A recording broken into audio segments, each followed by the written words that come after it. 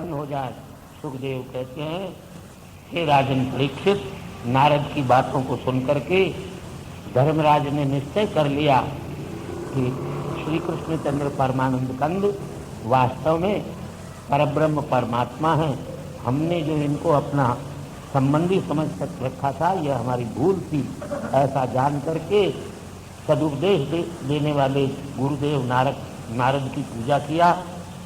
उनसे पूजा प्राप्त करके और नारद जी महाराज भगवान श्री कृष्ण और धर्मराज की आज्ञा लेकर के और वैकुंठ लोक में चले गए। धर्मराज को बड़ा आश्चर्य हुआ ये जान करके कि जिनको हम अपने मामा का भाई समझ रहे थे, वो तो साक्षात परब्रह्म परमात्मा है। इस प्रकार राजा परीक्षित से सुखदेव जी महाराज कहते हैं, मैंने दक्ष कन्याओं के वंशों का तुम्हारे सामने वर्णन किया, जहाँ देवता, असुर, मनुष्य इत्यादि चराचर की उत्पत्ति हुई।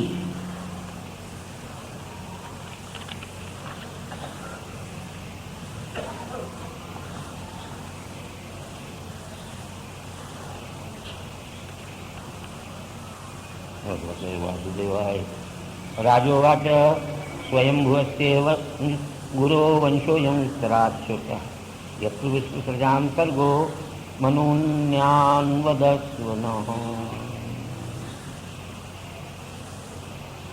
कहते हैं राजा परीक्षित ने सुखदेव जी महाराज से कहा, आपने स्वयंभू मनु के वंश का विस्तार पूर्वक वर्णन किया, अब दूसरे मनुओं का भी वर्णन कीजिए। प्रत्येक मनवंतर में 6 पृथक होते हैं। वे ही सद्धर्मों की प्रवृत्ति कराते हैं, पालन करते हैं और आचरण भी करते हैं। इस वास्ते मनवंतर में कहा हुआ जो धर्म है वही सद्धर्म है। ये सद्धर्म का लक्षण करना जानना चाहिए, जिसका आचरण करने से मनुष्य कभी भी नरक को प्राप्त नहीं हो सकता। पहले सबसे प्रथम मनवंतर का नाम है स्वयंभू, उसके बाद स्वारोचिष, उसके बाद उत्तम, उसके बाद तामस। 3 मनवंतरों का हमने वर्णन कर दिया। अब मैं आगे के चतुर्थ मनवंतर का निरूपण करूंगा। इस प्रकार मनवंतरों का वर्णन सुनकर के और अत्यंत प्रसन्न होकर के राजा परीक्षित फिर सुखदेव जी महाराज से पूछने लगे, महाराज, मैंने विस्तार पूर्वक स्वयंभू मनु का वर्णन तो सुना, जहाँ मनु की कन्याओं में मरीचि आदि पुत्रादिकों की सृष्टि हुई, और दूसरे मनुओं को भी आप कृपा करके कहिए। जहाँ जहाँ भगवान के प्राकट्य और कर्मों का कवि लोग वर्णन करते हैं, उन सबको आप मुझे वर्णन करके सुनाइए।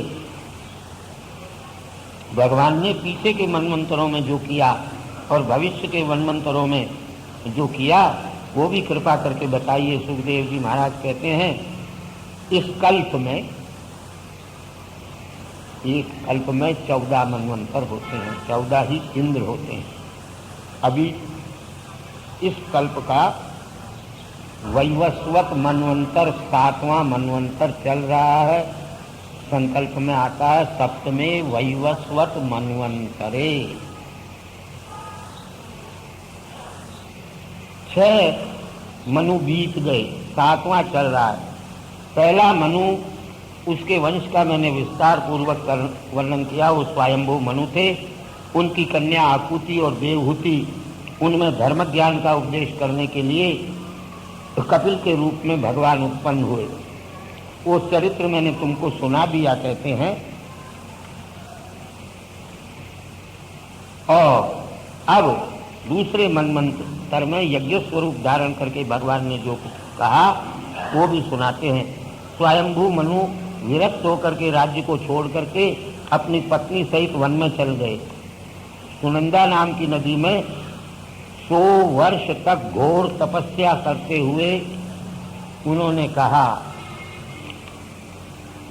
जिससे ये सारा संसार चेतना को प्राप्त करता है, और सारा संसार मिलकर के भी जिसको चेतन नहीं बना सकता, जो स्वप्नावस्था में भी जागता है, उस परब्रह्म परमात्मा के स्वरूप को कोई जान सकता नहीं। हाँ, वह भगवान सबको जान सकते हैं।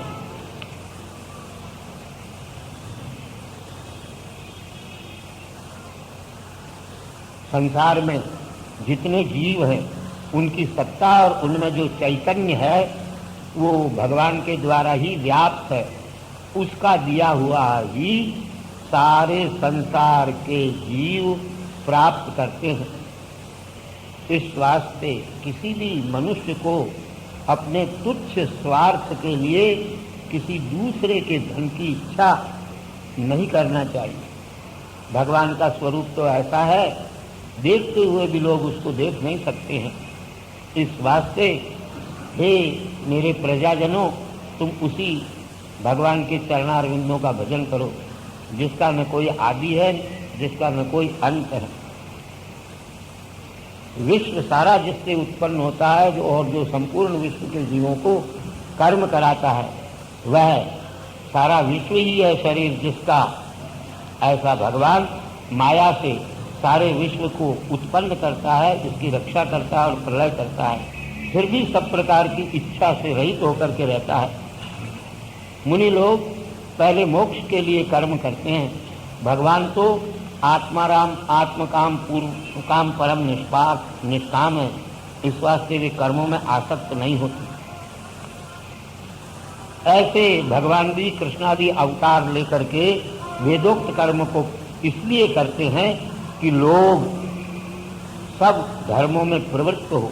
ऐसे सारे संसार के जीवों को धर्म में प्रवृत्त कराने वाले भगवान के चरणारविंदों की मैं शरण में जाता हूँ। सुखदेव कहते हैं, इस प्रकार समाधि में मंत्रोपनिषद का उच्चारण करते हुए मनु को देख करके और राक्षसों ने उनके ऊपर धावा बोल दिया, उनको खाने के लिए चले आए। उसी समय आकुति के जो पुत्र दक्ष थे, वे अपने पुत्र याम नाम के देवताओं से वेष्टित होकर के और उन राक्षसों के साथ युद्ध करते हुए, युद्ध में उन राक्षसों को जो उनके पिता की हत्या करने के लिए आए थे, उनका वध करके और स्वर्ग का पालन किया। पहला मनु स्वयंभव है, उसके प्रियव्रत और उत्तानपाद नाम के दो पुत्र थे। यामादि उस मनवंतर में देवता थे, मरीचि आदि ऋषि थे। यज्ञ के रूप में भगवान ने अवतार लिया और वही यज्ञ स्वरूप इंद्र उसमें थे। दूसरा मनु स्वारोचिष नाम का मनु है, उसमें द्युमत सुषेण रोचिष्मत ये उसके पुत्र थे। वहाँ रोचन नाम का इंद्र था, तुषिता नाम के देव थे और ऊर्जस संवादी 7 ऋषि थे। वेदशिरा नाम के ऋषि से तुषिता नाम की उसकी पत्नी ने विभु नाम का अवतार उस मनवंतर में हुआ। उससे 88,000 ऋषियों ने ब्रह्मचर्य की शिक्षा प्राप्त की। तीसरा प्रियव्रत का पुत्र उत्तम नाम का मनु हुआ। पवन संजय इत्यादि उसके पुत्र थे। वशिष्ठ के पुत्र जो प्रमद आदि, वे उस समय सप्तर्षि थे। सत्यादि वहाँ देव थे। सत्यजित नाम का उस मनवंतर में इंद्र था। धर्म से सुंदरता नाम की पत्नी में सत्यसेन नाम का भगवान का अवतार हुआ। वह इंद्र का मित्र था, इसलिए उन्होंने यक्षों और राक्षसों का वध किया। फिर चौथा जो मनवंतर आया, उसमें उत्तम का भाई तामस नाम का मनु हुआ। पृथु, ख्याति, नर, केतु इत्यादि उसके 10 पुत्र थे। सत्यक, हरि, वीर ये देव इन नाम के देवता थे।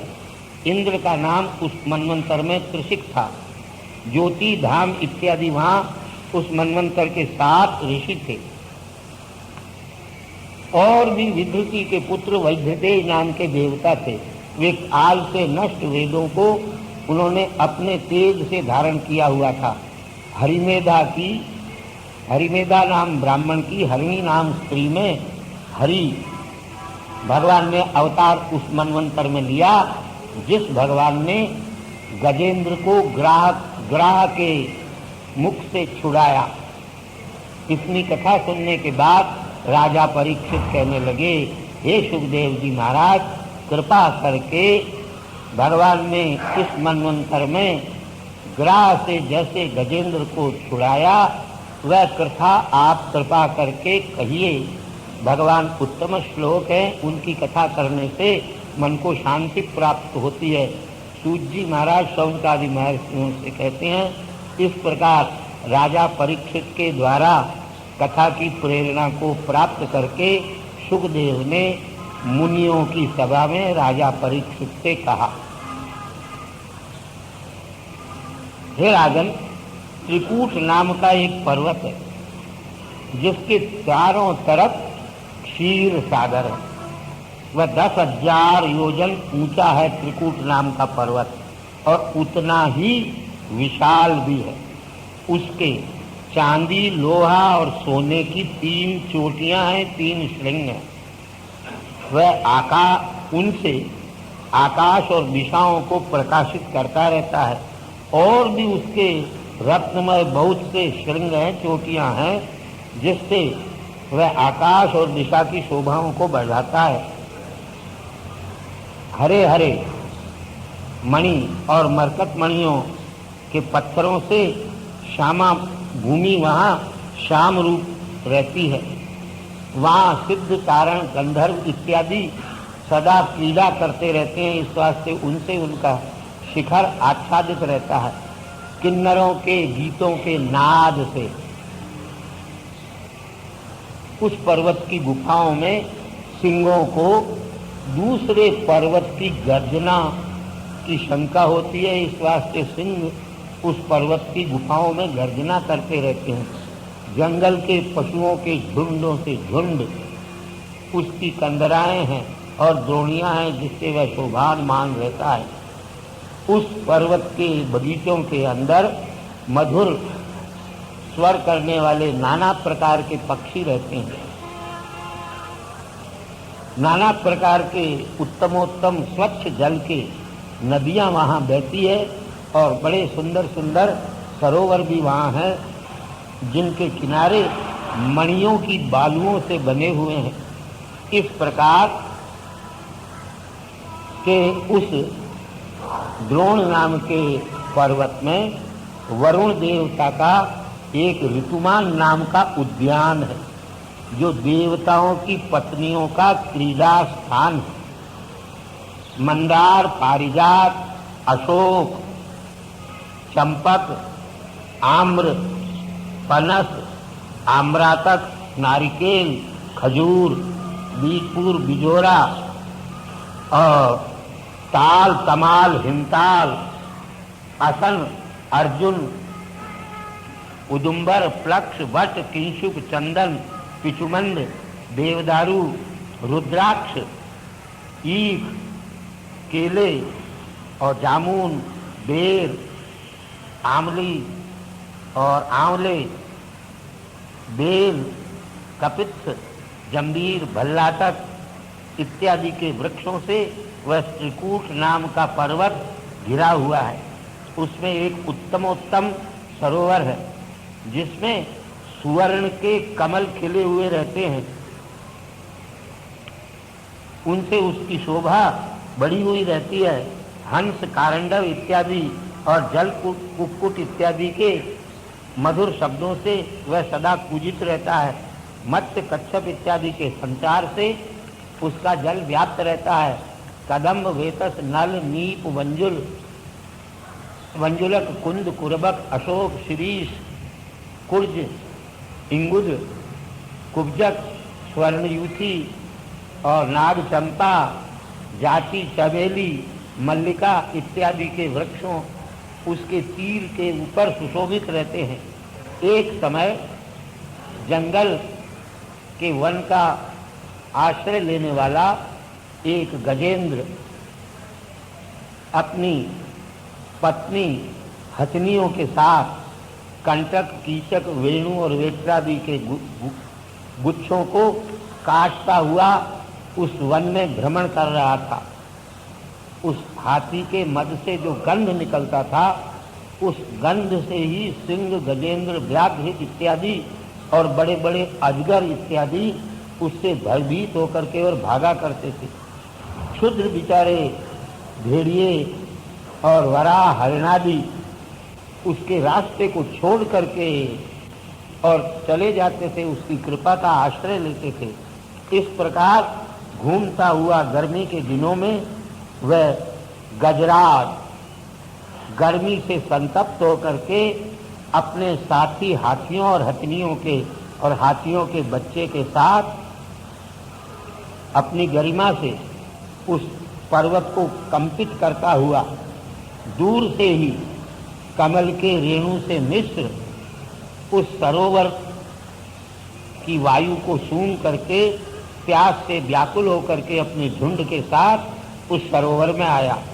उस सरोवर में उसने प्रवेश किया, स्नान किया, सारा परिश्रम उसका दूर हो गया। निर्मल सुवासित जल उसने खूब पिया।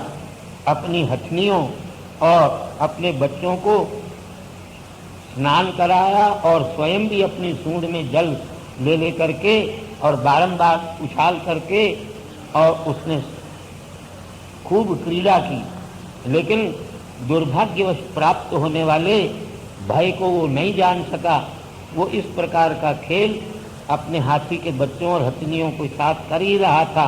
इतने में तो एक भयंकर मगरमच्छ ने आकर के उसका पैर पकड़ लिया। हाथी ने बड़ा परिश्रम किया बाहर निकलने का और उसको बाहर खींचा, लेकिन खींचते खींचते दूसरे उसके साथी हाथी और हंसनियां उसको बचा नहीं सकी। वे चिल्लाने लगी। आपस में उस गज और ग्राह का 1000 वर्ष तक युद्ध हुआ। ग्राह मगरमच्छ अंदर पानी में खींचता था और वो गजराज उसको पानी से बाहर खींचता था। बहुत समय 1000 वर्ष बीत जाने पर उस गजराज का बल खत्म हो गया और पानी में रहने के कारण मगरमच्छ का बल बढ़ता ही चला गया। इस प्रकार के संकट को गजराज ने प्राप्त किया। सोचा अब कोई मुझे बचाने वाला नहीं है, तो उसने भगवान को याद किया। सोचा मैं बड़ा दुखी हूँ इस समय, ये हाथी और हथनी मुझे बचा नहीं सकती। मुझे इस ग्राह रूपी भगवान के द्वारा दिए हुए फांसे में फंसा लिया गया है। अब भगवान की शरण में जाऊं तभी मेरा उद्धार हो सकता है।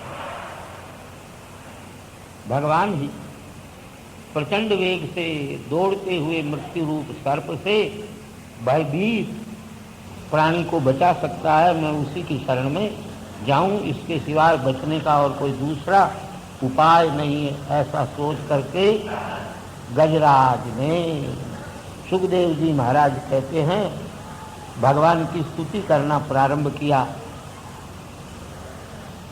हे भगवान, चैतन्य स्वरूप आपसे ये सारे शरीर, मन, बुद्धि, इंद्रियां चैतन्य को प्राप्त करते हैं।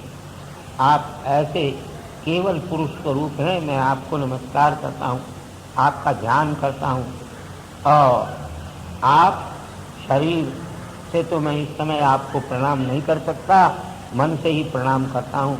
आप कार्य कारण से परे हैं और आप सबके उत्पादक होते हुए भी अपने आप उत्पन्न होने वाले स्वयंभू हैं। आप में ही यह सारा संसार कभी लीन होता है, कभी प्रकाशित होता है।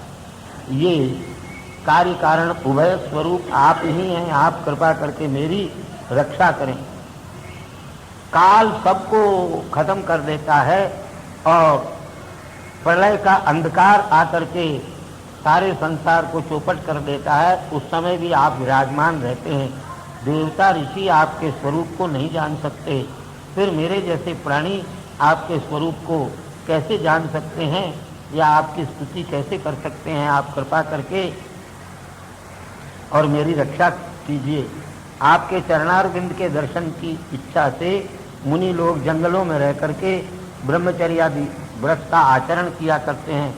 तो ऐसे भगवान ही मेरी गति है, जिसके जन्म मरण इत्यादि कुछ भी नहीं है, तथापि जो अपनी माया शक्ति से लोगों की उत्पत्ति और नाश करने के लिए जन्मादि को धारण करता है, केवल माया। ऐसे परब्रह्म परमात्मा के आश्चर्यजनक कर्म हैं, उन कर्मों को भी मैं नमस्कार करता हूँ।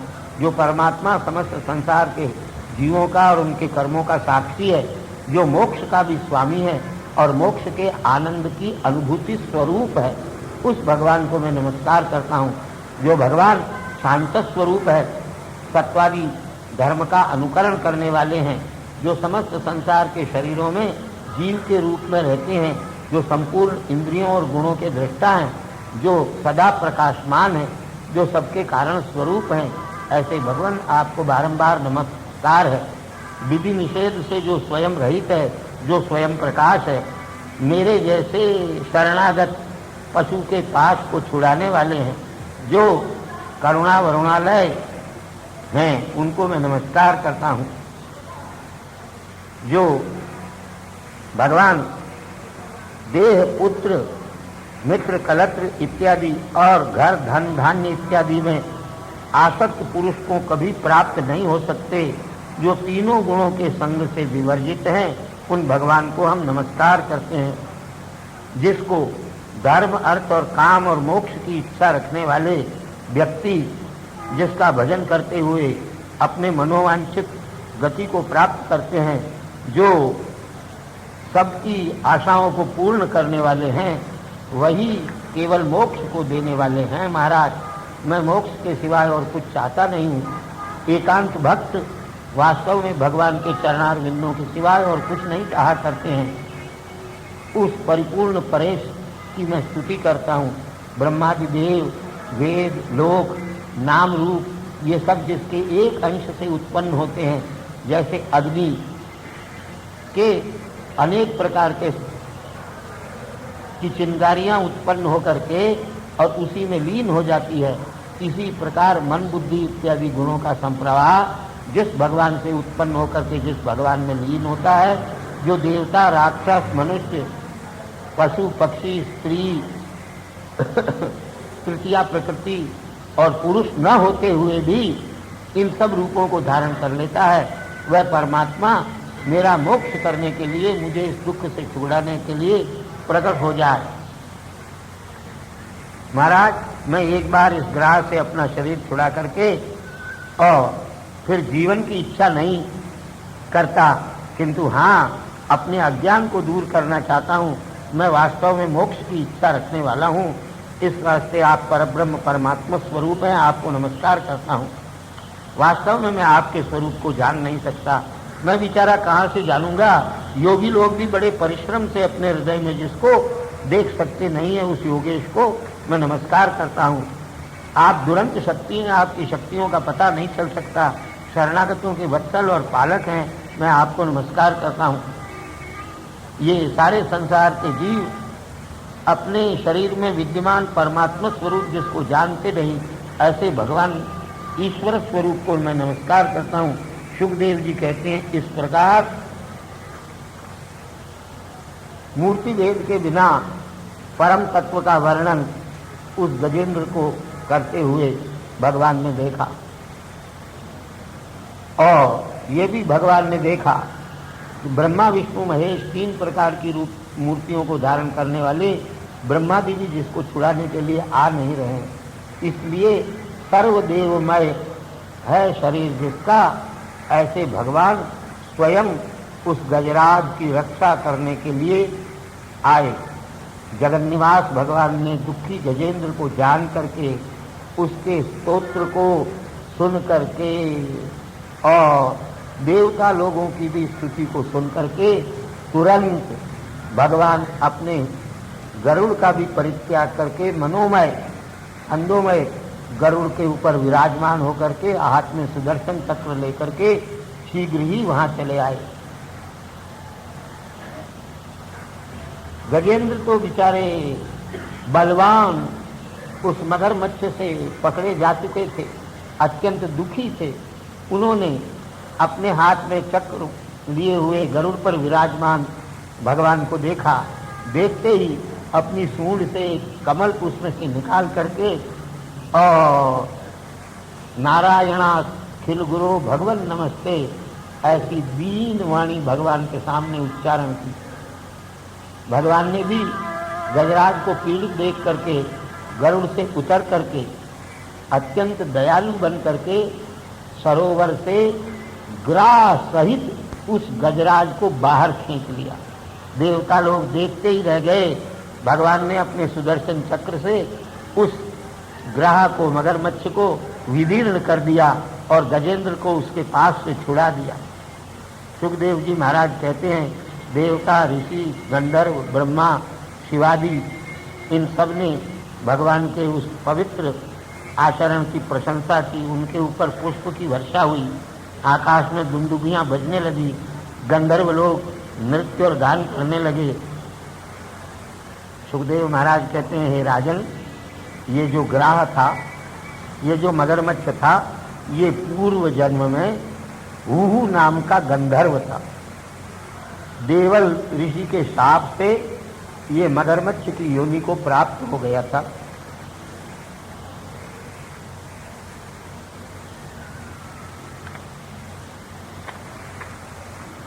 मुक्तो देवल शापे न हूर गंधर्व सत्तमा। अब भगवान के चक्र से विदारित होकर के ये शाप से मुक्त हो गया। ये कथा प्रसिद्ध है। मन में शंका हुई, राजा परीक्षित के क्यों शाप मिला इसको? कहते हैं, ये हू नाम का गंधर्व इसी तालाब में अपनी पत्नी गंधर्वियों के साथ क्रीड़ा कर रहा था। इतने ही में देवल महर्षि वहां स्नान करने के लिए आए। इसकी बुद्धि भ्रष्ट हो गई और इसने स्नान करते हुए देवल महर्षि का पैर पकड़ करके खींच लिया। महर्षि ने उसी समय क्रोध में आकर के और कह दिया, तू जैसा कर्म कर रहा है वैसा ही बन जा। फिर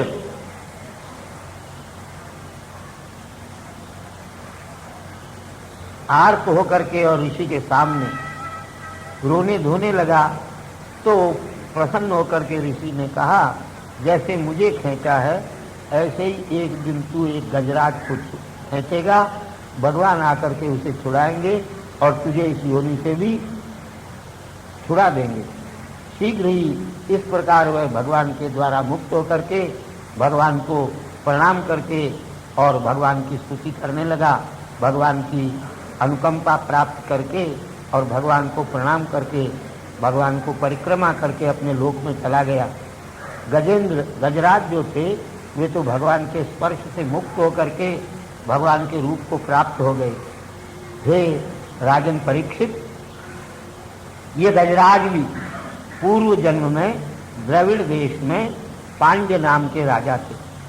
ये भगवान के व्रत करने में परायण रहा करते थे। इनका नाम इंद्रद्युम्न था। पांड्य देश के ये राजा थे।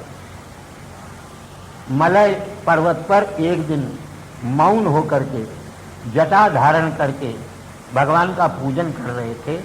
उस समय अगस्त्य महर्षि अपने शिष्यों के साथ चले आए। भगवान की पूजा में इनका मन लगा हुआ था, इस वास्ते इसने अगस्त्य को प्रणाम भी नहीं किया और उनका अर्घ्यपाद्य से पूजन भी नहीं किया। महाराज अगस्त्य को क्रोध आ गया। स्तब्ध चुपचाप बैठे हुए इस राजा को देख करके और कहा, ओ तुम ब्राह्मणों का अपमान करते हो और हाथी की तरह स्तब्ध हो, इस वास्ते हाथी हो जाओ। सुखदेव जी कहते हैं, इस प्रकार शाप दे करके अगस्त्य मुनि चल गए।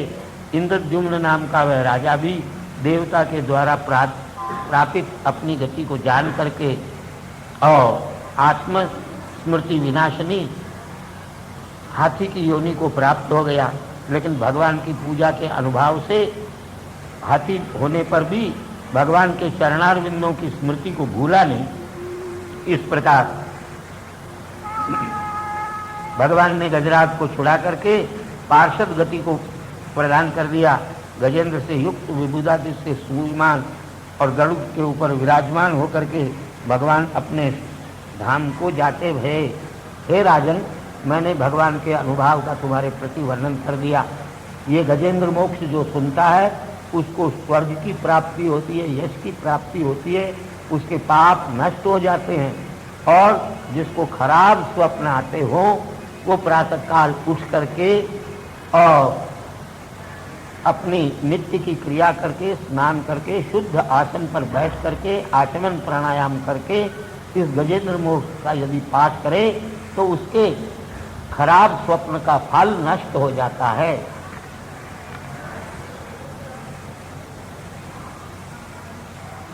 जो कल्याण की इच्छा रखने वाले ब्राह्मण हैं, क्षत्रिय हैं, वैश्य हैं, प्रातःकाल उठ करके दुस्वप्न का, खराब स्वप्न का नाश करने के लिए इस कथा का कीर्तन किया करते हैं। भगवान ने गजेंद्र से कहा, गजेंद्र, जो मेरा स्मरण करेगा, तुम्हारा स्मरण करेगा, इस सरोवर का स्मरण करेगा, इस पर्वत का स्मरण करेगा, इस पर्वत की कंदरा और इस कानन का स्मरण करेगा, इस वन का स्मरण करेगा, नहीं, इस वन में लगे हुए वेत्र के, कीचकों के, वेणुओं का और गुल्मों का और वृक्षों का भी जो स्मरण करेगा, ब्रह्मा का स्मरण करेगा, शिव का स्मरण करेगा और इन स्थानों का स्मरण करेगा, क्षीर समुद्र का स्मरण करेगा, श्वेत द्वीप का स्मरण करेगा, जो मेरे श्रीवत्स नाम चिन्ह का, कौस्तुभ मणि का, माला का, गदा का, सुदर्शन का, शंख का, गरुड़ का, मेरी आधार स्वरूपा श्रेष्ठ का, लक्ष्मी का, ब्रह्मा का, नारद का, भगवान भूत भावन शंकर, प्रहलाद का, मत्स्यादि अवतारों में मैंने जो उत्तम कर्म किए उनका स्मरण करेगा, सूर्य का, चंद्रमा का जो स्मरण करेगा, प्रणव का, सत्य का स्मरण करेगा, गंगा, सरस्वती, नंदा, इनका स्मरण करेगा, युधिष्ठिर आदि पुण्य श्लोक राजाओं को स्मरण करेगा और ये ध्यान करेगा कि ये सब मेरे ही रूप हैं। ऐसे स्मरण करने वाले व्यक्ति पाप से छूट जाते हैं। जो प्रातःकाल तेरे द्वारा किए गए इस स्तोत्र से प्राण छोड़ते समय मेरा स्मरण करते हैं, मेरी स्तुति करते हैं, उनको मैं उत्तम बुद्धि प्रदान कर देता हूँ। सुखदेव जी महाराज कहते हैं, ऐसा कहकर के भगवान शंख को बजाते हुए देवताओं को हर्षित करके अपने धाम को चले गए। हे राजन, प्राणियों के पापों का नाश करने वाला ये गजेंद्र मोक्ष मैंने तुमको सुनाया। अब रैवत नाम के मनवंतर को सुनो। 5वां मनवंतर रैवत नाम का पुत्र है। बलि, विंध्याचल इत्यादि उसके पुत्र हैं। विभु नाम का इंद्र है। भूतरय इत्यादि उस मनवंतर के देवता हैं। हिरण्य रोमा इत्यादि 7 महर्षि है। शुभ्र के विकुंठा नाम पत्नी में वैकुंठ नाम का अवतार होता है। लक्ष्मी के प्रिय करने के लिए वे वैकुंठ नाम के लोक का निर्माण करते हैं, जिसके प्रभाव और गुण इत्यादि का कथन हमने तृतीय स्कंद में कर दिया। छठा चाक्षुष नाम का मनु है। पुरु और पुरुष आदि उसके पुत्र हैं। मंत्रद्रुम नाम का उस मनवंतर में इंद्र होता है। आप इत्यादि देवता होते हैं। हरिष्मक, वीरक इत्यादि वहाँ 7 ऋषि होते हैं। वैराज से संभूति नाम की पत्नी में अजित नाम के भगवान के अवतार होते हैं, जो समुद्र का मंथन करके देवताओं के लिए अमृत को सिद्ध करते हैं और कूर्म रूप धारण करके मंदराचल को धारण करते हैं। राजा परीक्षित ऐसी बात सुन करके कहने लगे, महाराज, भगवान ने किस प्रकार क्षीर समुद्र का मंथन करके और अमृत उत्पन्न किया और कैसे मंदराचल का धारण किया और कैसे देवताओं ने अमृत प्राप्त किया, ये सब परम पवित्र कथाएं आप मुझको सुनाइए। आपके द्वारा कही हुई भगवान की महिमा को सुन करके मेरा चित्त तृप्त नहीं हो रहा, कहते चले जाइए। सूत जी महाराज शौनकादि महर्षियों से कहते हैं, इस प्रकार सुखदेव से जब परीक्षित ने पूछा तो भगवान के पराक्रम का वर्णन करने के लिए सुखदेव जी महाराज तैयार हुए। सुखदेव कहते हैं, राजन परीक्षित, युद्ध में दैत्यों के द्वारा पीड़ित होकर के और देवता लोग गतक प्राण से होकर गिर पड़े थे। फिर उनके जीवन के आने की कोई आशा नहीं थी। दुर्वासा के शाप से तीनों लोग श्री से हीन हो गए थे, यज्ञादि क्रियाएं नष्ट हो गए थे। क्यों शाप दिया? दुर्वासा ने स्वेच्छा से जाते हुए रास्ते में इंद्र को कभी देख लिया। अपने कंठ में जो माला थी दुर्वासा के, वह माला दुर्वासा ने इंद्र को दे दी। इंद्र प्रभुता पाई काहू मत नाई, अभिमान में आकर के उसने दुर्वासा की दी हुई माला को मदमस्त होकर के और अपने हाथी ऐरावत के कुंभस्थल पर डाल दिया। मदवत ऐरावत ने उस दुर्वासा की इंद्र को दी हुई माला को अपने पैरों से चूर चूर कर दिया। बस दुर्वासा महाराज को क्रोध आ गया और उन्होंने शाप दे दिया, तीनों लोक भी श्री से हीन हो जाएंगे और तुम भी त्रिलोकी की श्री से हीन हो जाओगे। इधर महेंद्र, वरुण इत्यादि लोकपालों ने देखा यज्ञादि नष्ट हो गए हैं और संसार की श्री नष्ट हो गई है, स्वर्ग की श्री भी नष्ट हो गई है, देवराज का आसन डगमगा गया है। कोई निश्चय नहीं कर सके। सुमेरु पर्वत के मस्तक पर ब्रह्मा जी महाराज की सभा में गए, वहाँ जाकर के और ब्रह्मा जी से निवेदन किया, महाराज इस दुर्दशा का क्या कारण है?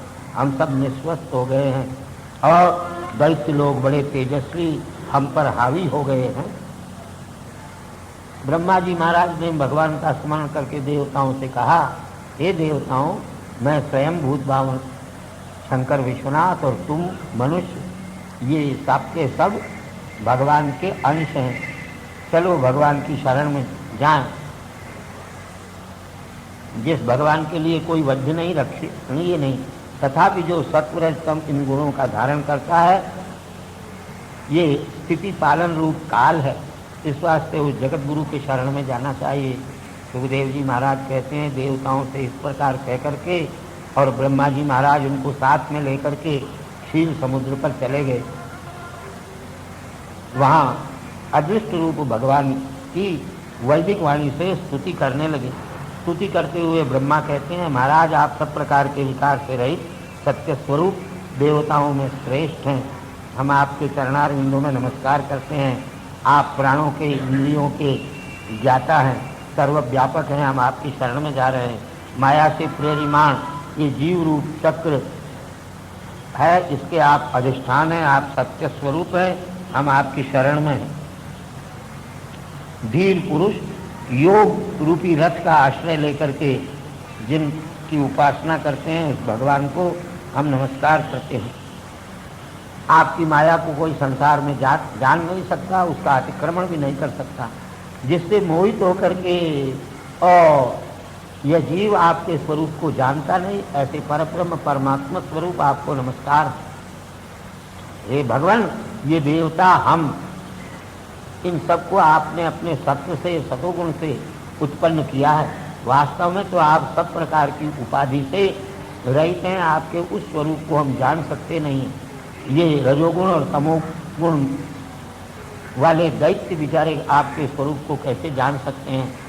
आपके पृथ्वी आपके चरणारविंद है, जहाँ ये चार प्रकार की सृष्टि होती है, जरायुज, अंडज, उद्भिज और स्वेदज।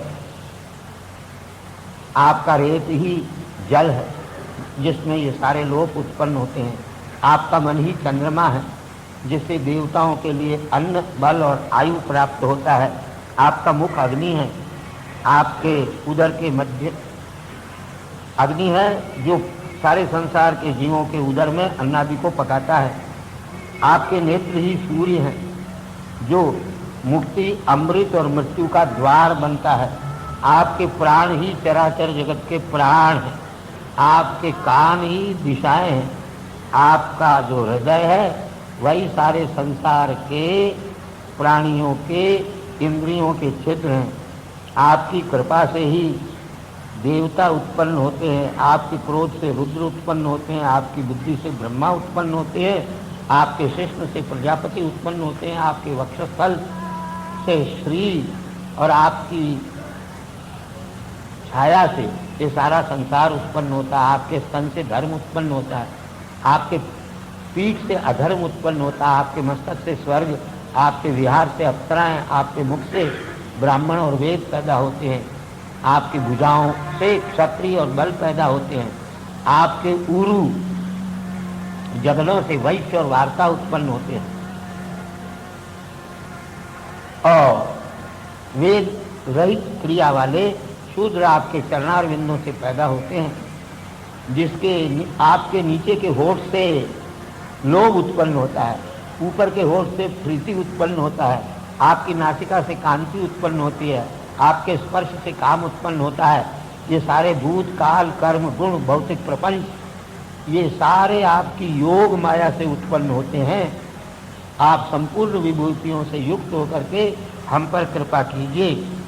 आपकी शक्तियाँ उपशांत स्वरूप हैं, ऐसे आपको नमस्कार करते हैं। ऐसे आपकी चरणारविंदों के हम शरण में आए हैं, इस वास्ते आपका प्रसन्न मुखारविंद कृपा करके हमको दिखाइए। आप समय समय पर नाना प्रकार के रूपों को धारण करके दूसरा कोई नहीं कर सकता ऐसे कर्मों को करते हैं। अनेक प्रकार के क्लेशों को देने वाले और थोड़ा फल देने वाले सारे संसार के कर्म यदि आपके चरणार बिंदु में अर्पित कर दिए जाए तो वे सफल हो जाता है। थोड़ा सा भी काम, जरा सा भी काम यदि भगवान को अर्पण कर दिया जाए तो वह निष्फल नहीं होता है।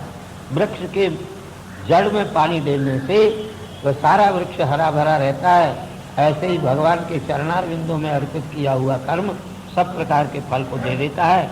आप अनंत है, निर्गुण हैं। इस समय आप सतोगुण में स्थित हैं। आपको मैं नमस्कार करता हूँ। सुखदेव जी महाराज कहते हैं, देवताओं और ब्रह्मा जी से स्तुति प्राप्त करके भगवान हजारों सूर्य के समान कांति से वहीं प्रकट हो गए। देवताओं ने भगवान के उस तेज से व्याप्त दिशाओं को भी देखा नहीं। भगवान भूत भावन शंकर के साथ ब्रह्मा ने मरकत श्याम कमल लोचन उत्तमोत्तम वस्त्र और आभरणों से युक्त सुंदर सर्वांग संपूर्ण किरीट केयूर से विभूषित कांची हार नूपुर से सुशोभित वनमाला से युक्त और सुदर्शनादि अपने मूर्तिमान अस्त्रों से उपासित भगवान को देख करके और ब्रह्मा ने पुनः भगवान की स्तुति की।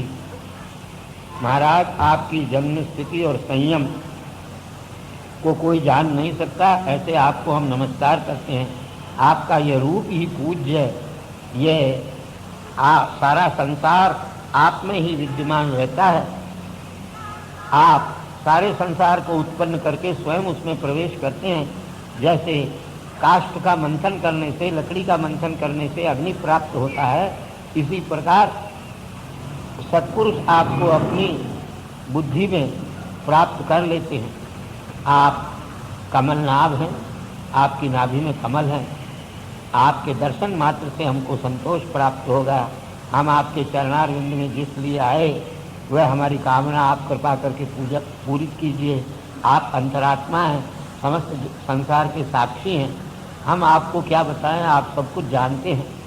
मैं शिव, इंद्र आदि देवता, अग्नि और अग्नि के विस्फुलिंग, ये जैसे अग्नि से चिंगारियाँ अलग हो जाती है, इसी प्रकार आपसे अलग हो जाते हैं।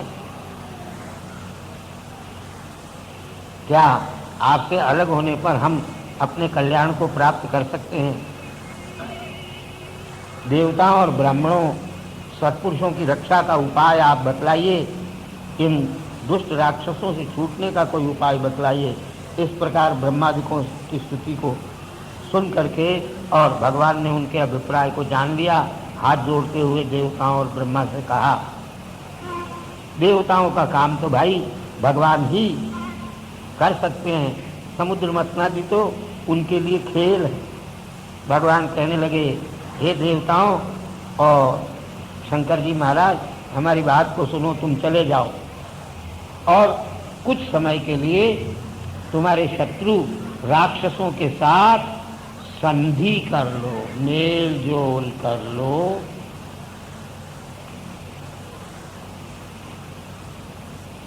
अपना मतलब सिद्ध करने के लिए शत्रुओं को भी मित्र बना लेना चाहिए। जैसे